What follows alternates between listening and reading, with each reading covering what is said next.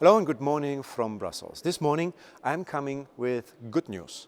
Last night, co-legislator European Parliament and Council came to a deal on the introduction of a genuine right to repair. On behalf of the European Parliament, I had the honor to negotiate this very important file. This file is important because we have many millions of tons of unnecessary electronic waste just because actually functioning good was not repaired, although it could have repaired. At the same time, consumers, after the expiry of the legal minimum guarantee period, are having currently no right to request a repair from manufacturers. This is now going to end. A genuine right to repair therefore requires an individual right of consumers to turn towards manufacturers and request a repair after the expiry of the legal guarantee period. Second, independent repair shops, which will be actually the first one to turn to as a consumer if you want things to have repaired, should offer repair at reasonable cost. And those that cannot afford repair should be supported in order to make repair feasible for all of our citizens. Finally, businesses that are offering repair services should not get additional regulatory burden and administrative burden when exercising and offering repair services. They should focus on what matters, namely repair. In more detail, when we speak of the individual right of a consumer for repair, we have in this right of repair now a legal claim of the consumer against the manufacturer to repair a certain good.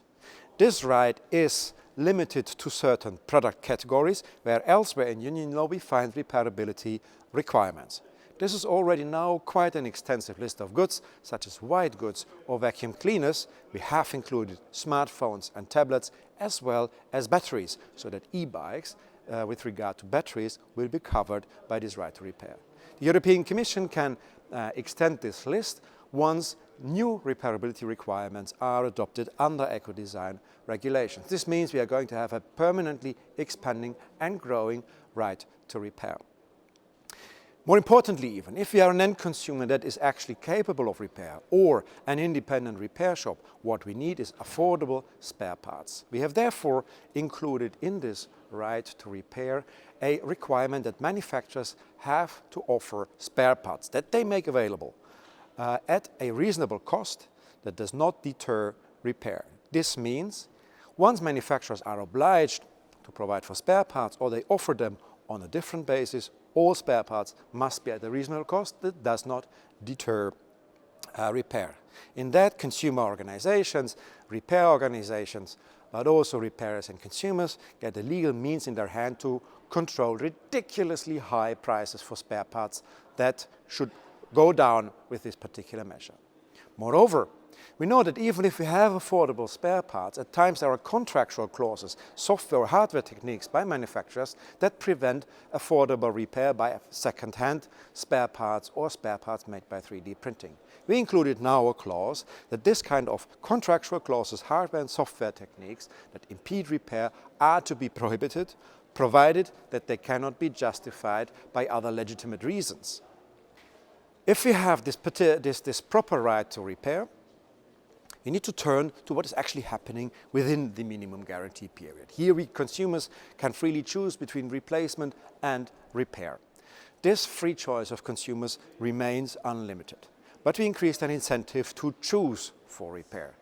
The main instrument that we were choosing for is the extension of the minimum liability period. Currently, it is at least 24 months from the moment a product was purchased. If within this 24 months, or whatever is the minimum guarantee period in your home member state, there is a repair, additional 12 months will be put on this minimum guarantee period. So, in the most minimal case, we are going to have 24 plus 12 months from the moment that you have purchased a good, provided you have repaired once in the first 24 months.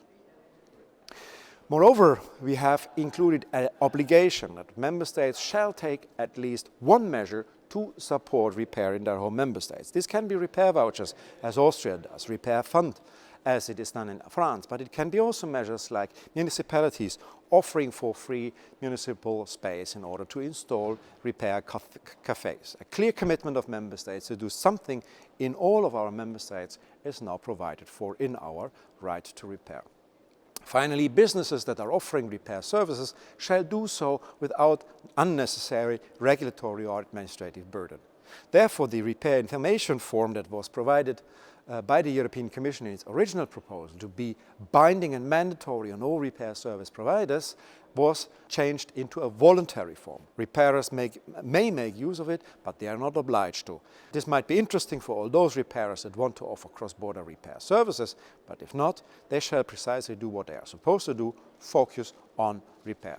With all these elements, we are going to get a proper right to repair, which is a directive that is to be transposed within 2 years after the entry into force of this directive. Parliament will most likely vote in April on the final version of this text, so that we are going to have a right to repair before European election day.